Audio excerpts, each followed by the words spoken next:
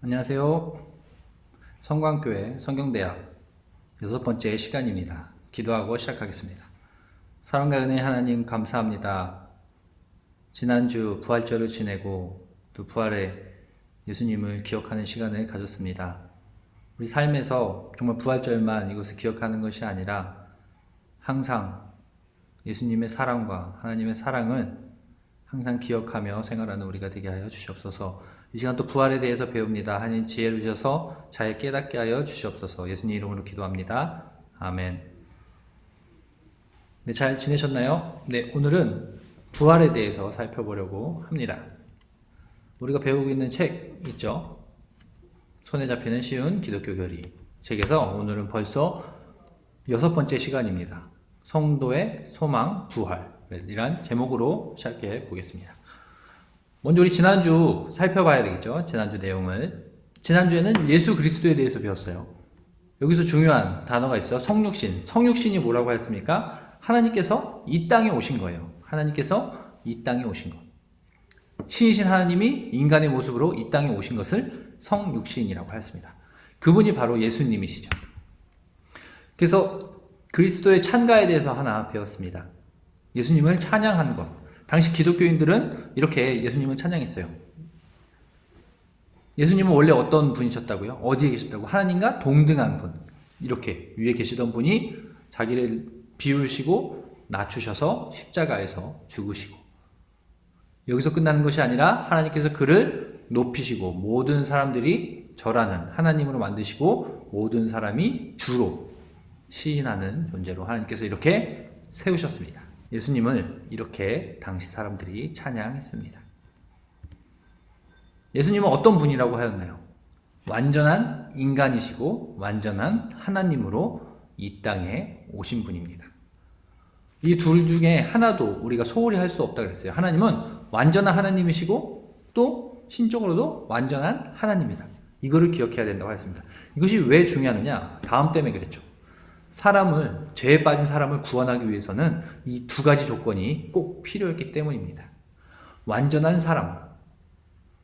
사람들의 죄를 대신할 완전한 사람이 필요했고, 또 죄가 없는 사람이 필요했습니다. 죄가 없으려면 사람이 아니라 완전한 하나님이 필요했던 것이죠. 그래서 우리를 구원하기 위해서 예수 그리스도가 오신 것이죠. 이 두 가지 조건을 가지고 말입니다. 그러니까 우리는 기억할 때 예수님은 완전한 하나님이시고 완전한 인간이심을 우리는 기억해야 합니다. 이것을 우리가 믿어야지 우리의 죄가 깨끗해질 수 있는 거예요. 이러한 믿음에서, 이러한 예수님의 능력에서 우리가 깨끗해진다는 겁니다. 오늘은 부활에 대해서 배울 거예요. 지난주는 부활절이었죠. 부활절. 그래서 우리가 예수님의 부활을 기념하는 시간을 가졌습니다. 그렇죠. 부활절 예배를 통해서, 절기라는 게 사실 1년에 계속해서 돌아온다고 우리가 그냥 지나갈 수 있는데 이것이 가장 중요한 교리입니다. 기독교에서요. 예수님께서 부활하셨기 때문에 우리가 주일날 교회 나와서 예배 드리는 겁니다. 사실 우리는 부활절을 매주 기념하고 있어요. 주일날 예배 드리는 것으로요. 그러나 우리가 더 특별히 1년에 한 번은 부활절로 드리는 것인데, 이것이 왜 중요하냐면 이 부활절을 우리가 믿지 않으면 우리에게 영원한 생명도 없다는 것입니다. 그러니까 부활절을 우리가 항상 기억하고 생활해야 되겠죠. 그래서 오늘은 예수님의 생애에서 예수님께서 어떠한 절차로 십자가에 달리시고 죽으시고 부활하셨습니다. 이렇게 세부적인 내용이 아니라 부활이란 큰 의미에서 살펴보려고 합니다. 부활이 어떤 의미이고 또 부활에 참여하는 사람이 어떤 사람들인지 거기까지 살펴보려고 해요. 근데 먼저는 당시에 예수님께서 부활하셨다는 것, 우리는 지금 기독교인이라 그것을 그냥 믿고 있잖아요. 예수님은 부활하셨습니다. 우리 이것을 믿고 있어요. 근데 당시 예수님이 부활하시고 나신 후에 그 사람들은 이 부활절 사건을 어떻게 바라봤나, 거기서부터 시작해 보도록 하겠습니다. 그래서 1번은 예수 부활에 대한 반론과 논박이 있었어요. 사람들이 뭐라고 말했냐면 예수님께서 부활하셨다. 기독교인들이 이렇게 전도하고 서로 기도하고 삶을 나누고 있으니까 뭐라고 말했냐면 믿지 않는 자들이 허위설이라고 했어요. 말도 안 되는 얘기라고 그냥 치부해 버린 것이죠. 두 번째는 예수님이 그냥 기절했다가 살아난 거지 그는 부활한 게 아니라고 이야기하는 부류들도 있었어요. 세 번째는 환상설이에요. 이건 무엇이냐면 예수님께서 십자가에 죽으셨는데 그 후에 부활하신 것은 그냥 기독교인들이 만들어냈다는 이야기입니다. 이렇게 생각을 했다는 거예요. 왜 그러냐면 부활은 신비한 사건 아닙니까? 예수님은 죽음에서 살아나셨어요. 그러니까 이것을 못 받아들이는 사람들이 이러한 여러 가지 설들을 만들어낸 것이죠.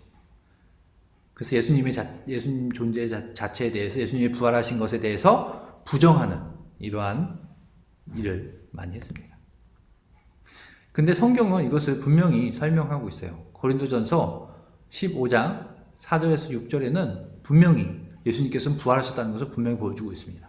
보면 이렇습니다. 장사 지낸 바 되셨다가 성경대로 사흘 만에 다시 살아나사 게바에게 보이시고 후에 12제자에게와 그 후에 500여 형제에게 일시에 보이셨나니 그 중에 지금까지 대다수는 살아있고 많은 사람은 잠들었으며. 당시 고린도전서는 바울이 쓴 겁니다. 당시에 예수님의 부활을 어떻게 사람들이 받아들였는지를 적어 놓은 거예요. 뭐라고 이야기하고 있어요? 게바는 베드로입니다.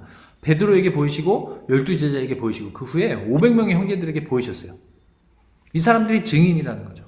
그리고 이 증인들은 지금도 너희가 확인할 수 있는데 나가보면 많은 사람들은 지금도 살아있다. 그러니 이것은 진실이다. 예수님의 부활은 참이다. 이것을 사도 바울은 편지를 쓸 때에 그것을 기록한 것이죠. 예수님의 부활은 진실이다. 지금도 증인들이 허다히 많다라고 설명을 한 것입니다. 또 다른 본문도 있어요. 요한복음 19장 33절에서 34절인데 이것은 예수님께서 십자가에서 죽으신 그것을 표현한 것인데 그것을 기술한 것인데 예수께 이르러서는 이미 죽으신 것을 보고 다리를 꺾지 아니하고 그중 한 군인이 창으로 옆구리를 찌르니 곧 피와 물이 나오더라. 군인이 확인했다는 겁니다.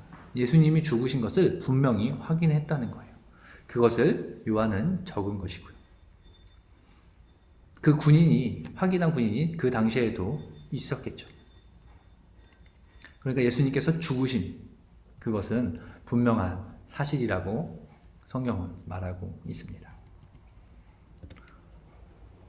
그렇다면 사람들이 허위다, 믿지 않는 사람들이 있었는데 그것을 증명한 또 역사적인 증거가 있어요. 지금도 이렇게 문서로 남아있는 것인데 제목은 이렇습니다. 빌라도 보고서예요. 예수님을 재판한 빌라도를 말하는 겁니다. 빌라도가 적어 놓았다는 거예요. 근데 그 보고서에 뭐라고 적혀져 있냐면 이것을 모으고 쓴 사람은 발레루스 파테쿠러스인데 내용은 무엇이냐면 예수님을 체포됐고 예수님을 신문했고 예수님을 처형한 그것을 역사적으로 기록해 놨다는 겁니다. 파테쿠러스는 역사를 기록하는 사람이에요. 그러니까 그는 그 당시에 빌라도 시대에 있었던 이 사건을 역사적으로 진실이다. 또 로마에 보고하기 위해서 이렇게 적어 놓은 것이죠. 이 문서는 지금 터키 이스탄불 소피아 성당에 보관되어 있습니다. 그러니 당시 로마 시대에 예수님께서 십자가에서 죽으셨다는 것을 기록해 놓았다는 겁니다. 오늘은 부활을 큰 의미로 보고 있어요. 크게. 당시 사람들이 어떻게 부활을 받아들였는지. 당연히 믿지 않는 사람들이 있었습니다. 사실 이것은 신비한 일이잖아요. 사람이 죽었다가 부활한 거. 그래서 이것을 믿지 않으려고 허위다, 가짜다 말하는 사람도 있었는데 저희가 지금 역사적 증거도 하나 제시했습니다. 문서에 남아있다는 것이죠.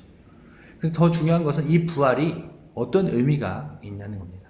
예수 부활의 의미, 어떤 의미가 있는지 살펴보면 예수님이 부활하셨다는 것, 이것은 부활의 의미를 말하는데 예수님이 십자가에서 죽으셨다, 그냥 살아나셨다. 예수님은 구원자로 이 땅에 오시고 살아나셨습니다. 이것이 어떤 의미가 우리에게 있는지를 설명하는 거예요. 이것은 영원한 죽음에서의 구원을 의미합니다. 한 분 예수님이 부활하신 게 거기서 끝나는 것이 아니라 이 부활은 이제 앞으로에 있는 사람들에게 보여주는 것인데 영원한 죽음에서 구원이 있음을 보여주신 것이죠. 우리가 인간론에 대해서 배웠잖아요. 지지난주에. 사람은 다 죽어요. 왜 죽어요? 아담의 죄 때문에 죽는 것이죠. 그 죄를 해결하는 것이 바로 부활의 의미라는 겁니다. 영원한 죽음에서부터 구원에 이르게 하는 것. 이것이 부활의 의미입니다. 여기서 보면 죽음에 대해서 이야기하고 있는데 죽음도 두 가지로 설명할 수 있어요. 육체의 죽음과 영혼의 죽음. 이것은 우리가 인간론 때 배웠잖아요. 인간의 구성 요소는 어떻게 된다고 했죠? 육체와 영혼, 2분설이에요. 3분설은 육체와 영과 혼으로 구별되어 있다고 하였어요. 그러니까 오늘 보면 2분설을 이야기하고 있죠. 육체의 죽음, 이것도 있고 영혼의 죽음도 사람에게 있다는 거예요. 근데 부활은 여기서 이 영혼의 죽음을 구원에 이르게 하는 것. 그러니까 영원한 생명을 준다고 말씀하고 있어요. 그러니까 부활이 중요한 겁니다. 그러니까 기독교인들이 부활을 믿고 있는 거고, 예수님이 이 땅에 오셔서 우리를 대신하여 죽으셨다는 것이 가장 중요한 교리인 것이죠. 그래서 지금 우리가 굉장히 중요한 것을 배우고 있어요. 부활. 우리가 꼭 기억해야 하고 우리가 꼭 믿어야 하고, 죽음의 의미는 영원한 죽음으로부터의 구원이라고 하였습니다. 이를 뒷받침하는 성경 구절들을 또 살펴볼게요. 요한계시록 21장 9절입니다. 보면 그러나 두려워하는 자들과 믿지 않는 자들과 흉악한 자들과 살인자들과 음행하는 자들과 점술가들과 우상 숭배자들과 거짓말하는 모든 자들은 불과 유황으로 타는 못에 던져지리니 이것이 둘째 사망이다.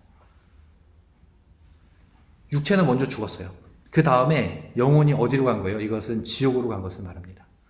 하나님을 믿지 않는 자들, 그들은 두 번째 사망에 이를 것이라고. 두 번째 사망. 예수님을 믿지 않는 자들은 몸이 죽은 난 후에 영혼도 이렇게 죽게 될 것이라고 설명하고 있어요.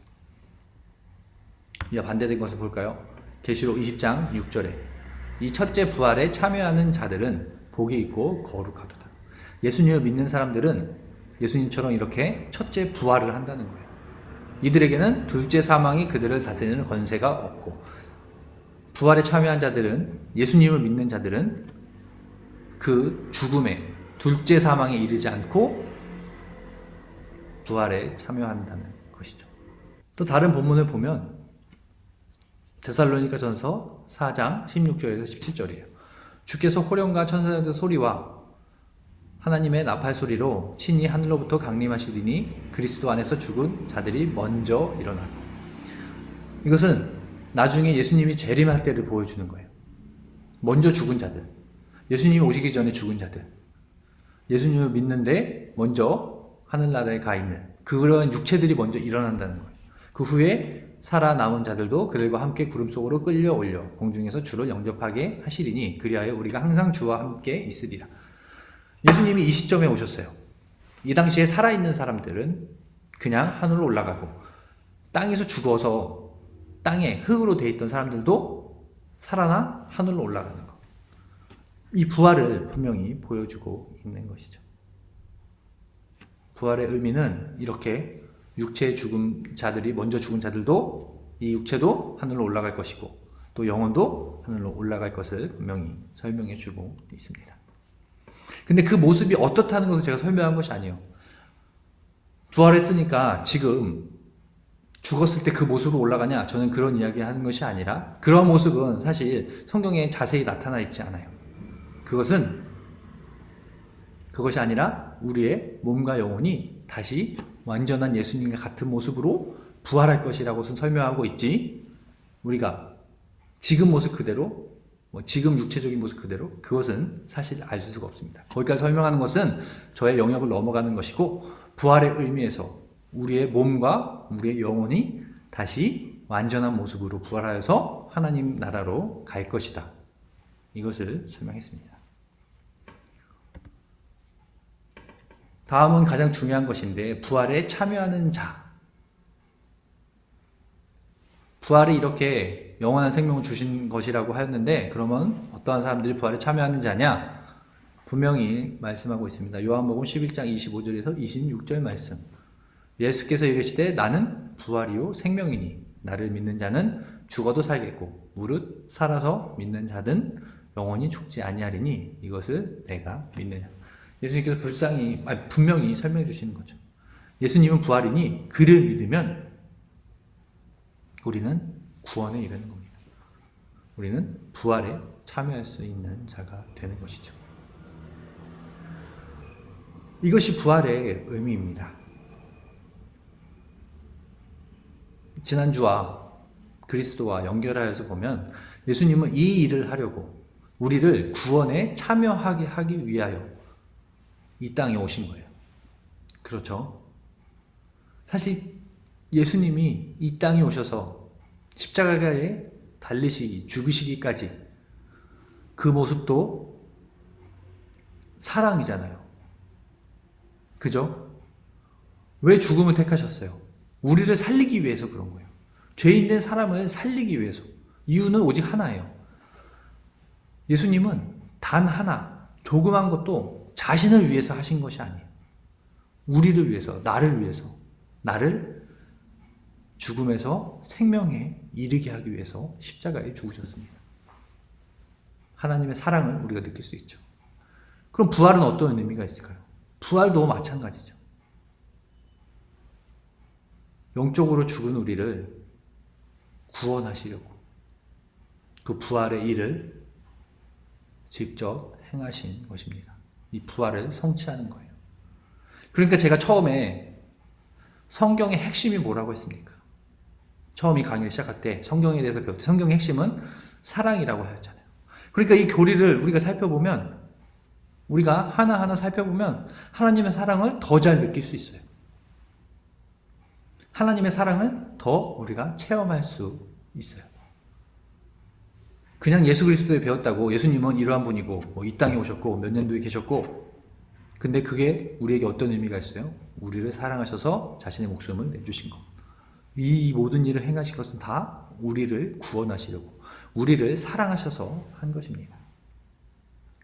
그러니 이번 부활을 통해서도 하나님의 사랑, 예수님의 사랑을 깨닫길 원합니다.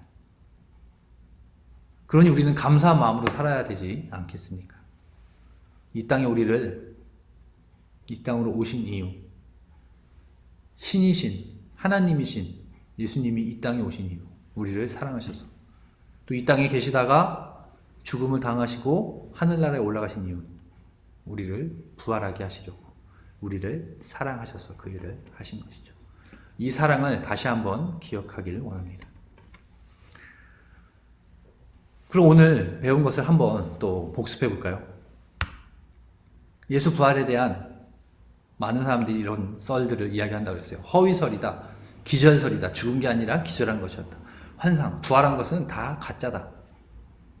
그냥 제자들이 환상을 본 것이다. 근데 역사적으로 그렇지 않다고 했습니다. 근데 오늘 부활의 중요한 것은 부활의 의미가 중요한 거잖아요. 부활의 의미는 영원한 죽음에서의 구원을 말씀하는 것입니다. 그런 의미가 있죠. 이 의미는 우리에게 있는 거예요. 이 부활이 교리적으로 완벽하냐 완벽하지 않냐 사람들이 이해할 수 있냐 이해할 수 없냐 이게 중요한 것이 아니라 부활의 의미는 우리를 구원하는 것이라니까요. 그러니까 어디 가서 믿지 않는 자들에게 부활은 진실입니다 이렇게 이야기했을 때 뭐 그들이 이해할 때 아 참 이해할 수 있다 논리적이다 아 설명이 명확하다 그게 중요한 게 아니라 그러려고 이 부활을 설명하는 게 아니라 부활의 의미는요 우리같이 인간으로서 죽을 수밖에 없는 사람을 구원하신 그것이 가장 큰 의미입니다. 여기서 하나님의 사랑을 깨달을 수 있어요. 근데 이것을 믿는 것이 중요하잖아요. 우리는 부활을 믿기만 하면 부활을 얻어요. 믿기만 하면 우리는 그 사랑을 깨닫고 똑같은 예수님과 같은 부활의 의미가 우리가 누릴 수 있는 것입니다. 여기서 두 가지 죽음에 대해서 나왔는데 인간이 기억해 봐야 되겠죠. 인간의 구성 요소도 육체와 영혼이라고 했는데 죽음도 마찬가지예요. 우리 육체가 죽고 또 우리의 영혼도 죽습니다. 근데 부활의 때는 이 둘 다 부활한다고 하였습니다. 육체도 영혼도 영원한 삶을 사는 것이죠. 다음은 부활에 참여하는 자, 어떤 자가 참여하느냐? 부활과 생명이신 예수 그리스도를 믿는 자만이 부활에 참여할 수 있습니다. 믿지 않는 자들에게는 의미가 없어요. 부활은. 처음에 시작할 때 뭐 어떤 사람들은 믿지 않았고 어떤 사람은 허위라 그랬고 가짜라 그랬고 뭐 어떤 사람들은 진짜로 있었던 것입니다. 뭐 역사적으로 살펴보니까 있는 것 같아요. 이런 것이 의미가 있는 것이 아니라 이것을 믿어야 합니다. 예수 그리스도를 부활이신 예수 그리스도를 믿는 사람만이 부활에 참여할 수 있어요. 여기 계신 이것을 듣고 있는 저와 여러분은 다 이미 부활에 참여한 자들이죠. 근데 우리가 한 번 더 교리적으로 설명을 하고 교리적으로 공부를 한 것입니다. 정말 간단히 정리하면 이래요. 인간은 육체와 영혼으로 구별되어 있어요. 부활은 육체와 영혼이 모두 다 구원에 이르는 것을 말하는 겁니다.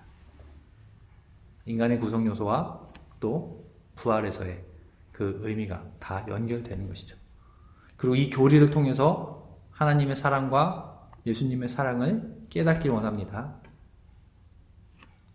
부활은 하나님의 사랑을 직접적으로 보여주신 거예요. 죽을 수밖에 없는 우리를 살리시려고 그 아들을 보내시고 그 아들이 그 모든 여정을 다 직접 행하시고 우리에게 참 부활을 주셨습니다. 그러니 우리는 이제 이것을 믿기만 하면 됩니다. 예수님은 부활이시고 우리의 생명이시니 그분을 믿기만 하면 우리는 참여할 수 있습니다. 그렇습니다. 오늘은 부활에 대해서 조금 짧게 살펴봤는데 부활절도 지나고 하여서 우리가 더 의미가 있는 것 같아요. 다시 한 번 더 생각해보면 부활이 어떤 의미가 있는지, 부활이 우리에게 왜 중요한지, 우리는 왜 또 교리 공부를 해야 되는지 또 그런 동기부여도 된 것 같습니다.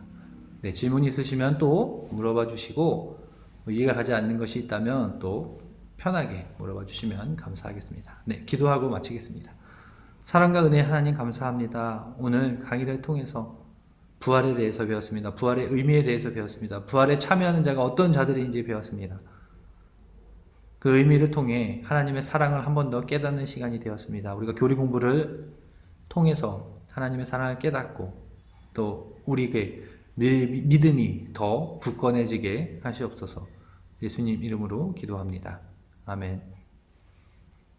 대단히 수고하셨습니다.